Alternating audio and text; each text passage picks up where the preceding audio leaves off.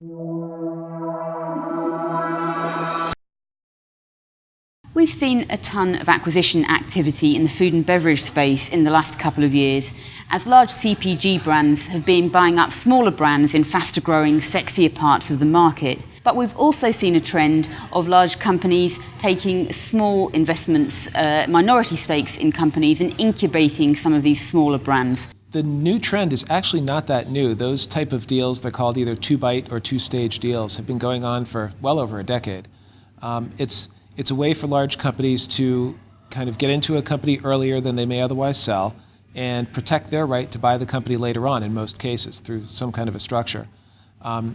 What we've seen anecdotally, just in talking with large strategics over the last 3 or 4 years, is all of the large strategics are trying to figure out their quote-unquote venture or incubation programs, and many are taking different tactics than others. Some are simply putting money in for financial benefit. Others are trying to leverage IP that they have that might be latent or otherwise dormant.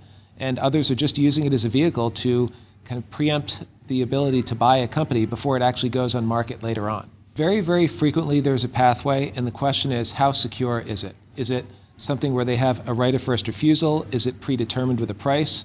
Is it that they just have a right of first offer? Is there kind of an option baked in? So there's many, many different structures there that are used, and sometimes these deals are done in 3 or 4 stages as well. And there's almost always a value add component too. So if it's a beverage company, there's probably a distribution deal. There may be also some help in the supply chain as well. But is it easier for promising early stage companies to access capital today than it was maybe a few years ago? It is easier these days than it was a few years ago. And I think earlier stage is the key. The market for $5 million and lower rounds, which was really a gap in the market a few years ago. You used to be able to raise kind of up to 1 easily with friends, family, network. And there was really nothing between 2 and 4. And then 5 was when institutions really started to kick in again. And that gap has really been filled with both strategics to a certain extent, coming in for small rounds, family offices, and institutions that are willing to do a larger round in 2 pieces. So invest 10 million, 3 now, 7 later, that kind of thing. So we've seen some Silicon Valley-based investment funds pump a lot of money into some high-profile food and beverage companies in recent years, including Impossible Foods, Hampton Creek, and Soylent. But are they applying a tech-based model of investment to the food industry, and are their expectations of what is possible and the valuations in this market unrealistic?